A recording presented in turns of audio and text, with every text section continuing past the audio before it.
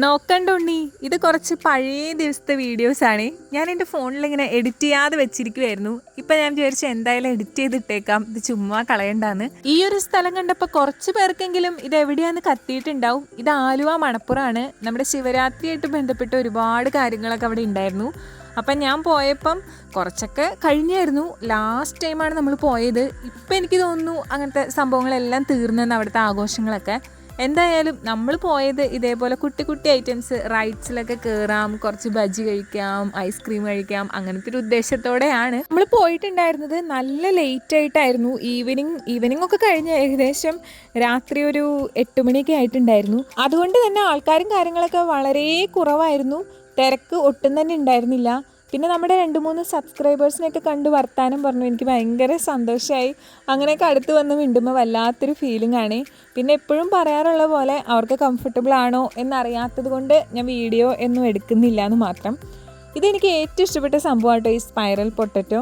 ഇത് കഴിക്കുമ്പോൾ ആ ഒരു ഫീലുണ്ട്. പക്ഷേ ഇതിന് ഭയങ്കര ചൂടായിരുന്നേ, അതുകൊണ്ട് എൻ്റെ എക്സ്പ്രഷൻ ശ്രദ്ധിച്ചാൽ മനസ്സിലാവും. സ്പൈറൽ പൊട്ടറ്റോ കഴിച്ചതിൻ്റെ ചൂടും ബജി കഴിച്ചതിൻ്റെ എരിവൊക്കെ മാറ്റാൻ വേണ്ടി ഒരു ഐസ്ക്രീം കഴിച്ചു. ഐസ്ക്രീമിൽ പിന്നെ എൻ്റെ എപ്പോഴത്തെയും ഫേവറേറ്റ് ചോക്ലേറ്റ് ആയതുകൊണ്ട് അത് തന്നെയാണ് കഴിച്ചത്. അത് കഴിഞ്ഞ് വീണ്ടും നേരെ എരിവ് കഴിക്കാൻ പോയിട്ടോ. അതായത് കുറച്ച് അച്ചാറുകളൊക്കെ വയ്ക്കുന്ന ഒരു സ്ഥലം ഉണ്ടായിരുന്നു.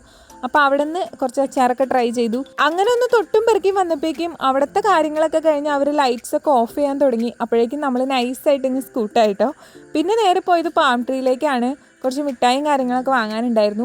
ഞാൻ പറഞ്ഞല്ലോ ഇത് കുറച്ച് നാൾ മുന്നത്തെ വീഡിയോ ആണെന്ന്. അന്ന് എൻ്റെ ഫ്രണ്ടിൻ്റെ വൈഫിൻ്റെ ബർത്ത്ഡേ ആയിരുന്നു. അപ്പോൾ അവൾക്ക് വേണ്ടിയിട്ട് കുറച്ച് ചോക്ലേറ്റ്സ് ഒക്കെ വാങ്ങാൻ വേണ്ടി അവൻ കയറിയതാണ്. അപ്പം ഞാനും അവിടെ ഇങ്ങനെ ഓരോന്ന് തൊട്ടും പെറുക്കി നിന്നു. ഇനി കാണാൻ പോകുന്നത് നെക്സ്റ്റ് ദിവസത്തെ ക്ലിപ്പിങ്സ് ആണ്. ഞാൻ കുറച്ച് എടുത്ത് വെച്ചിട്ടുണ്ടായിരുന്നു.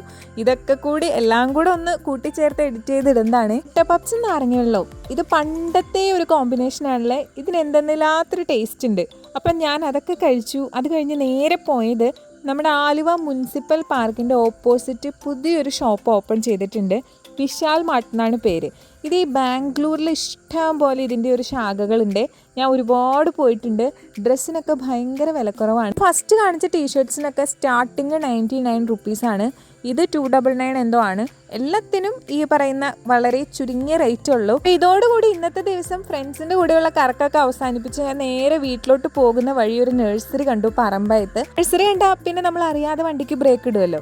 അങ്ങനെ അവിടെ നിന്ന് കുറച്ച് ചെടിയൊക്കെ വാങ്ങി. ഈ ചെടിയൊക്കെ ഓൾറെഡി നടുന്ന വീഡിയോസ് നിങ്ങൾ കണ്ടിട്ടുണ്ടാവും. അപ്പോൾ അതൊക്കെ വാങ്ങി ഹാപ്പിയായി. നല്ല മഴക്കാർ വരുന്നുണ്ടായിരുന്നു. അതുകൊണ്ട് അധികം അവിടെ നിന്ന് തിരിയാതെ നേരെ വേഗം വീട്ടിലോട്ട് പോന്നു കേട്ടോ. പറമ്പായത്തുള്ള ഗ്രീൻ ലീഫ് എന്ന് പറഞ്ഞിട്ടുള്ള ഒരു നഴ്സറി ആയിരുന്നു. നല്ല കളക്ഷൻസ് ഒക്കെ ഉണ്ടായിരുന്നു കേട്ടോ.